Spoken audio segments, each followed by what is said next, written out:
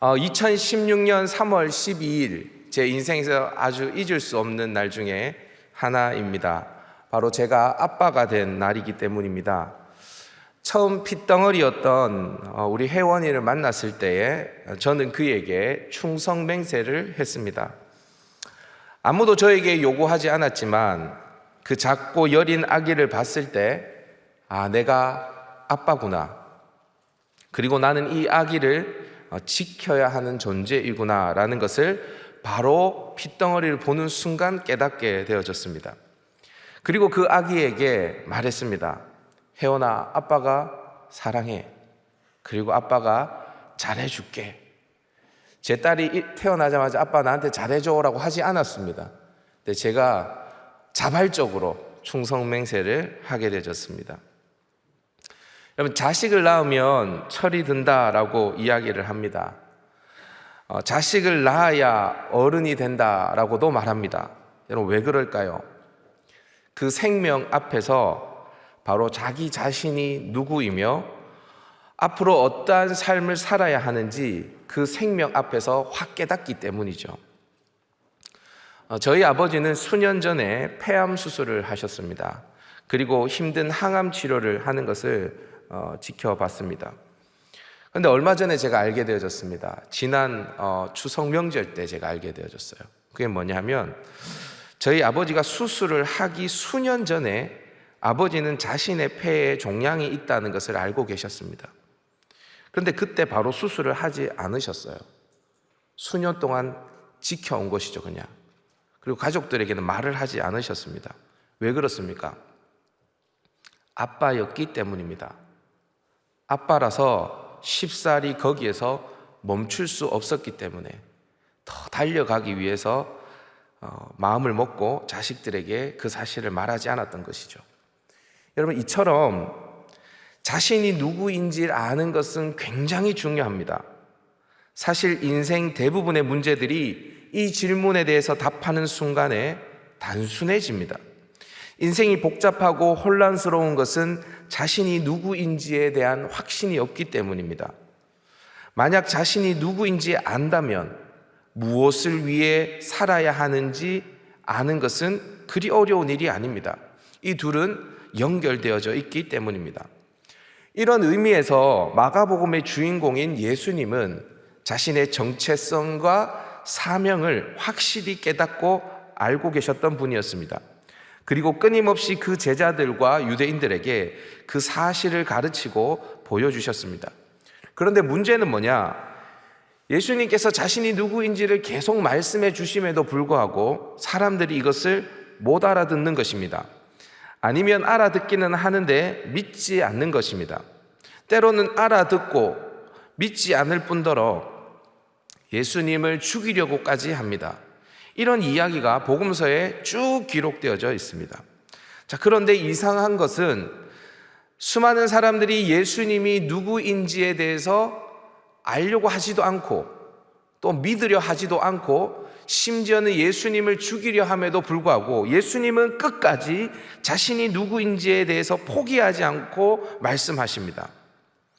예수님이 누구신지에 대한 인식이 예수님을 믿는 데 가장 중요한 부분이기 때문에 예수님은 포기하지 않고 자신이 누구인지에 대해서 계속해서 말씀하시는 것입니다.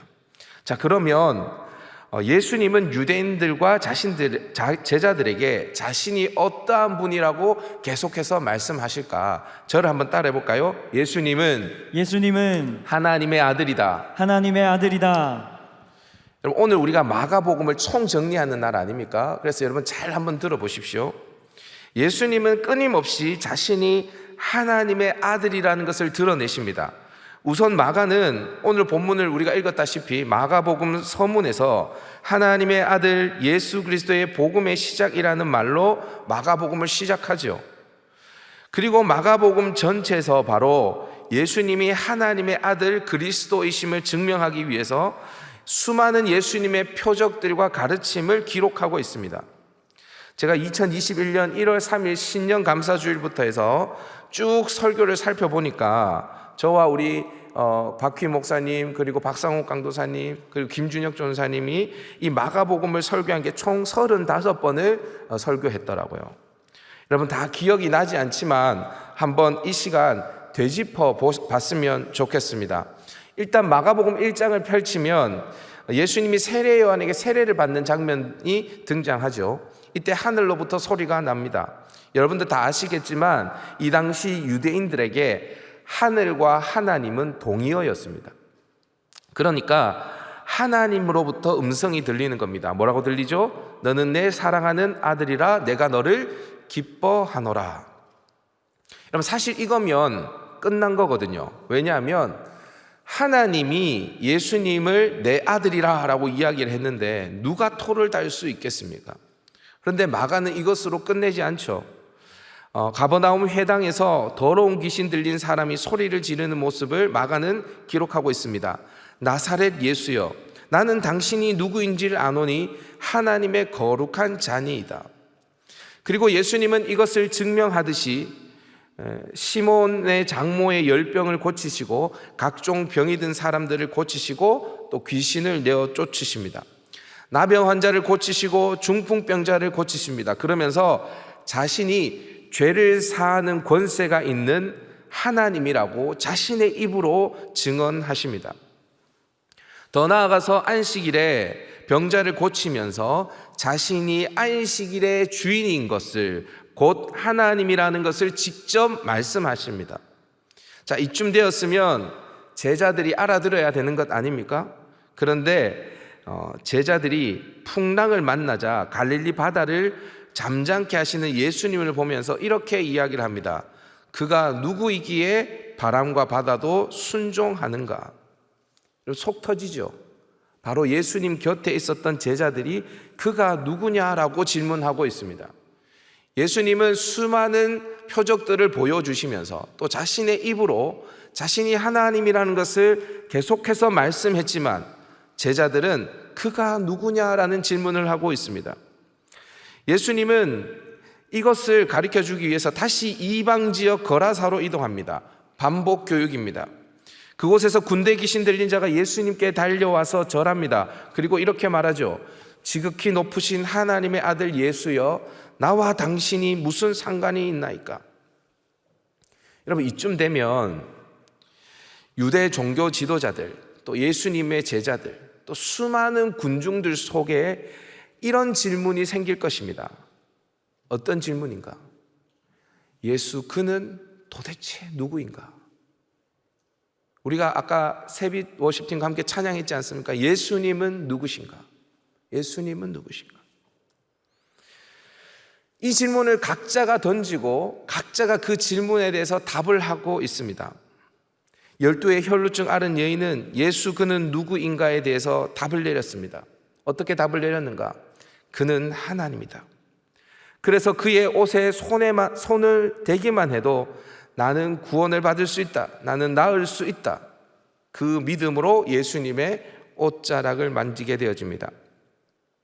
회당장 야이로도 예수님의 발 아래에 엎드려서 자신의 딸을 살려달라고 합니다. 수르보네게 여인도 자신의 귀신 들린 딸을 데리고 와서 예수님께 고쳐달라고 합니다. 부스러기 은혜라도 좋으니 그 은혜를 베풀어 달라고 합니다. 다 예수를 하나님의 아들로 믿은 사람들의 반응이었습니다. 반면 예수님의 친족들은 예수님을 향해 미쳤다라고 말합니다. 고향 나사렛 회당의 원로들은 예수님을 보면서 마리아의 아들 목수가 아니냐라고 말하면서 예수님을 배척합니다. 바리새인과 헤롯 당은 함께 어떻게 예수님을 죽일지 의논하게 되어집니다.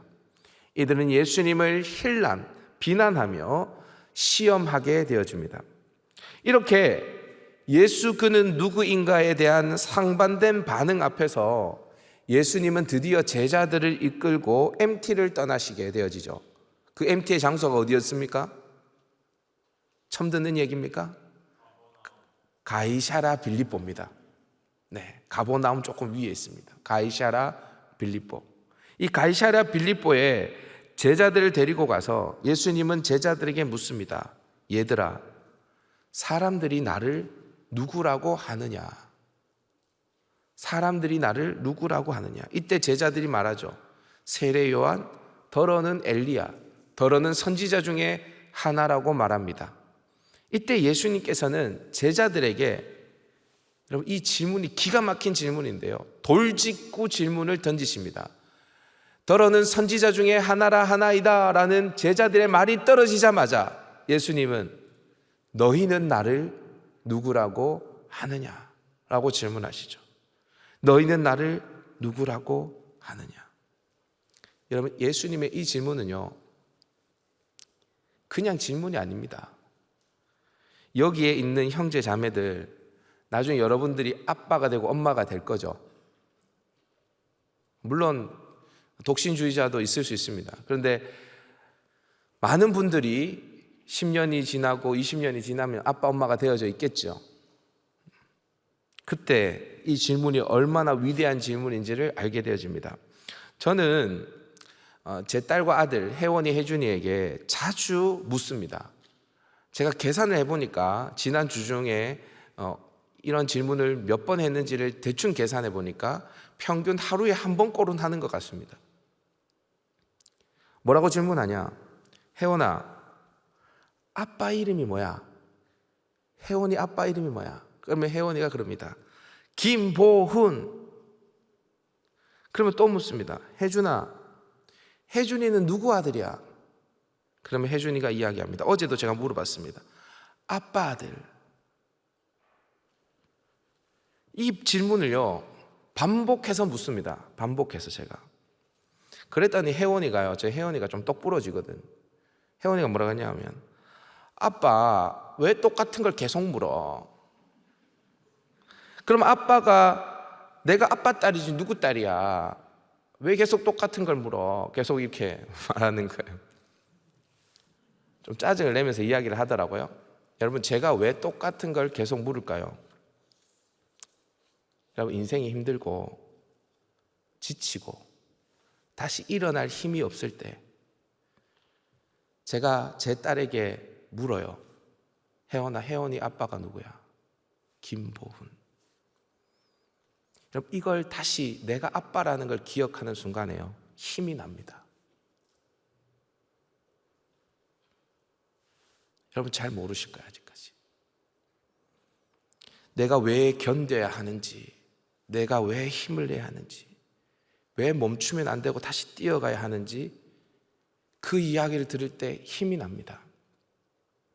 여러분, 너희는 나를 누구라 하느냐라는 예수님의 질문은요, 하나님께서 창세기 때부터 인류에게 계속 던져온 질문입니다. 지금 가이사랴 빌립보에서 예수님께서 제자들에게 하는 이 질문은 창세기 아담에서부터 해서 지금 이 순간까지 하나님께서 우리에게 계속 던져오고 있는 질문입니다. 위대한 질문이에요. 여러분, 여러분에게 예수님은 누구십니까? 제가 반복해서 마가복음을 설교할 때마다 여러분들에게 질문을 던졌죠. 여러분, 이 질문에 절대로 피하면 안 됩니다. 직면해야 됩니다. 많은 그리스도인들이 이 질문에 답하지 않고 넘어가고 교회에 왔다 갔다 하려고 합니다. 예수 믿는 거 아닙니다, 그거. 다시 말씀드립니다. 여러분에게 예수님은 누구십니까? 진심으로 이 질문에 대답해야 합니다. 솔직하셔야 됩니다. 용기 있게 대답해야 합니다. 이 질문에 대한 대답이 어떠하냐에 따라서 여러분들의 인생이 결정되어집니다. 다행히 베드로는 주는 그리스도 신이다 라는 엄청난 고백을 하게 되어집니다. 그리고 다른 복음서를 보면 이 고백을 들은 예수님은 너무 기뻐하십니다. 마치 제가 혜원이, 혜준이에게 우리 아빠는 김보훈이야 라는 것을 들을 때처럼 예수님도 기뻐하시죠. 그런데 여러분, 이 고백이 예수님의 입장에서는 그냥 마냥 기분 좋고 말 그런 고백이 아닙니다. 나중에 여러분들이 자식을 낳아서 아빠, 엄마라는 소리를 여러분들이 한번 들어보십시오. 기분 좋습니다. 힘이 납니다. 근데요, 마냥 좋기만 하지는 않습니다. 그 아빠라는 소리에 인생의 무게를 느낍니다. 예수님도 마찬가지입니다. 예수님의 정체성을 확인한 후에 예수님은 사명을 붙들어야 했습니다. 아빠면 아빠 노릇을 해야 할 것 아닙니까? 그래서 예수님은 자신의 사명에 대해서 이어서 이야기를 합니다. 뭐라고 하시냐? 저를 한번 따라해 봅시다. 나는 죽는다. 나는 죽는다. 하나님의 아들이 죽는데요. 여러분 마가복음을 보면 여러분 마가복음 잘 읽어보십시오. 전반부에서는 마가복음 전반부, 여기서 말하는 전반부는 가이사랴 빌립보에서 예수님이 너희는 나를 누구라고 하느냐 그 앞부분을 말하는 것입니다. 전반부를 쫙 여러분들이 한번 훑어보시면 예수님께서는 계속해서 자신이 누구인지에 대해서 말씀하십니다. 그러니까 정체성에 대해서 말씀하십니다.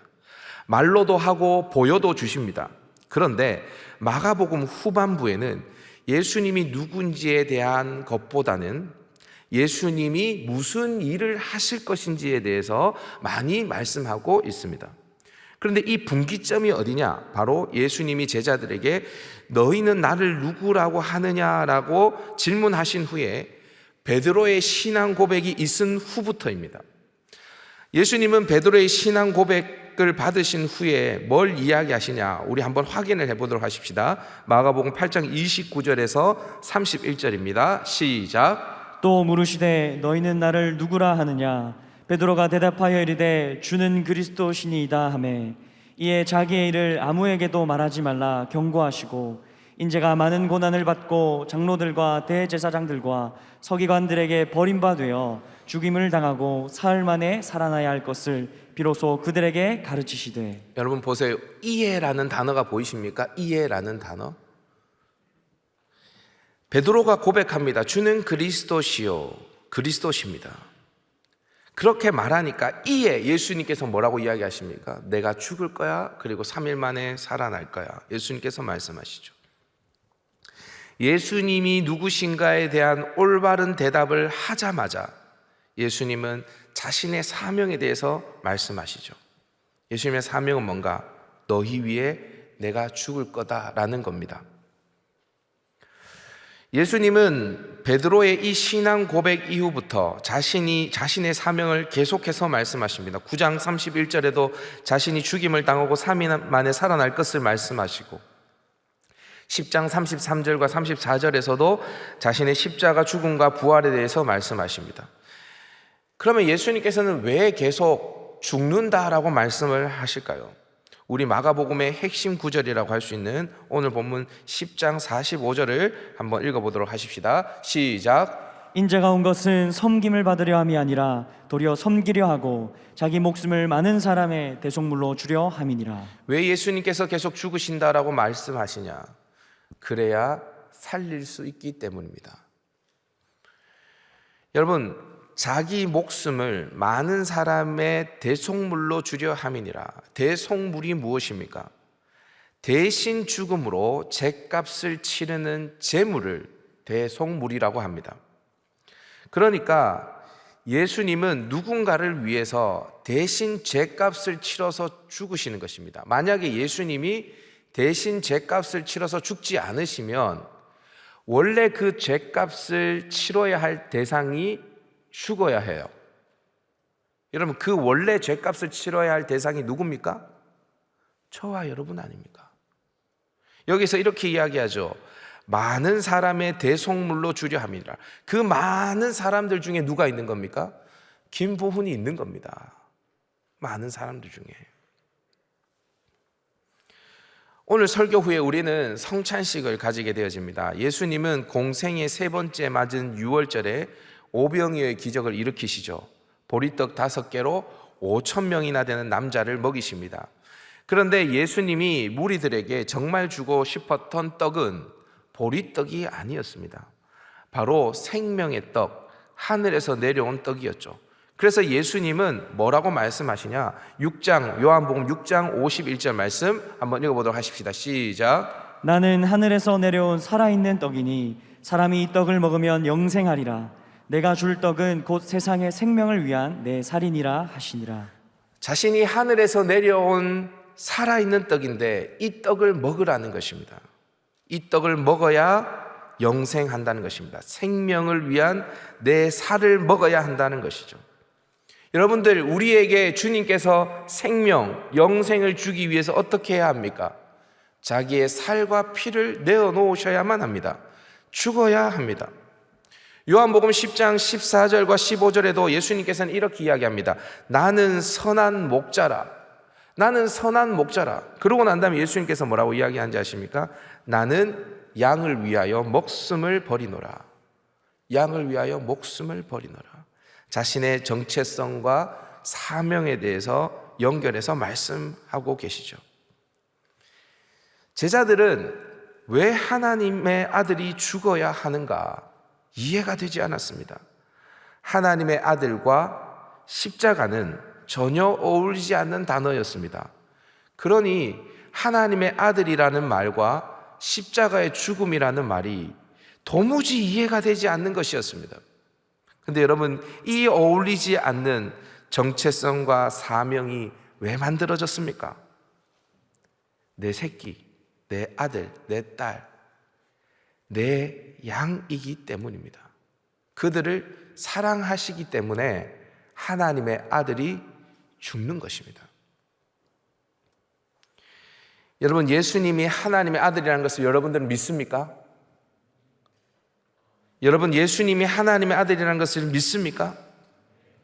하나님의 아들이 저와 여러분을 사랑하셔서 우리에게 영생 주시기 위해서 죽으셨다라는 사실을 믿으십니까? 여러분, 이 사실을 믿는다면 이 사실이 곧 복음입니다. 이 사실이 곧 복음이에요. 이 복음을 믿으면 로마의 박해 속에서 나는 어떻게 살아야 하는가? 나는 무엇을 선택해야 하는가? 나는 무엇을 두려워하며 살아가야 하는가? 이 모든 질문에 대한 해답을 이 복음 안에서 다 찾을 수 있게 되어지는 것입니다. 이 복음에 대한 해답을 찾은 사람이 바로 예수님의 제자입니다. 그 제자들은 예수와 닮아도 어떻게 그렇게 닮았는지 자신이 누구인지를 명확하게 알게 되어집니다. 확실한 정체성을 가지게 되어집니다. 뿐만 아니라 무엇을 하며 살아가야 하는지를 알게 되어집니다. 확실한 사명을 가집니다. 그래서 마가복음 끝이 어떻게 마무리되어집니까? 우리 마가복음 16장 20절 다 같이 한번 읽어보십시다. 시작. 제자들이 나가 두루 전파할세 주께서 함께 역사하사 그 따르는 표적으로 말씀을 확실히 증언하시니라. 예수 그는 누구신가? 그리고 그의 사명은 무엇인가? 이 두 가지에 대한 해답을 찾은 제자들은 어떠한 상황과 환경에 상관없이 예수님을 전하는 삶을 살아가는 것입니다. 말씀을 정리합니다. 여러분, 예수님은 누구십니까? 그분은 왜 죽으셨습니까? 이 질문에 여러분들 답할 수 있겠습니까? 여러분, 이 질문에 답하셔야만 합니다. 그래야 여러분들이 지금 이 자리에 있는 것이 의미가 있습니다. 여러분, 이 질문에 명확하게 답을 할 수 있어야지 여러분들의 오늘 하루의 삶이 의미가 있습니다. 예수님은 누구신가? 그분은 무엇을 위해 이 땅에 오셨는가? 성경은 명확하게 이야기를 하죠. 그는 하나님의 아들이다. 그는 죽어서 살리기 위해서 이 땅에 오셨다. 여러분, 이 질문에 대해서 여러분 답할 수 있다면 그 다음에 질문을 다시 이어가야 합니다. 여러분은 누구입니까? 하나님께 질문하셔야 됩니다. 하나님, 나는 누구입니까? 그리고 나는 무엇을 위해 살아가야 합니까? 마가는 박해 가운데 있는 로마교회 성도들에게, 그리고 2021년 현재를 살아가는 저와 여러분들에게 이 질문을 던지고 있는 것입니다. 그런데 아이러니하게도 이 질문에 대해서 대답하는 것이 복음이라는 것입니다. 사실 이 질문에 대해서 답을 하면 로마교회 성도들은 순교를 당해야 했습니다. 그 순교가 그들에게는 복음이었죠. 마가가 전해준 이 복음을 저와 여러분도 받을 수 있기를 주님의 이름으로 축복합니다. 성경을 읽어보십시오. 성경은 명확하게 말씀합니다. 예수는 하나님의 아들, 우리는 그분의 자녀. 예수는 우리를 위해 죽으신 분, 우리는 예수로 사는 그분의 종. 여러분, 이 진리가 저와 여러분들에게 가득하기를 주님의 이름으로 축복합니다.